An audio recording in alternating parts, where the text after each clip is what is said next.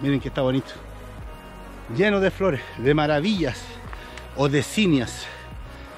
Así se llama esta flor, maravilla, aquí en Chile. Así que, como pueden ver, voy por un sendero que está al borde, como del precipicio, puede decirse, porque la verdad de las cosas va bien al borde. Aquí estamos bien alto, pero el sendero se nota muy bien demarcadito. Ahí se lo estoy mostrando.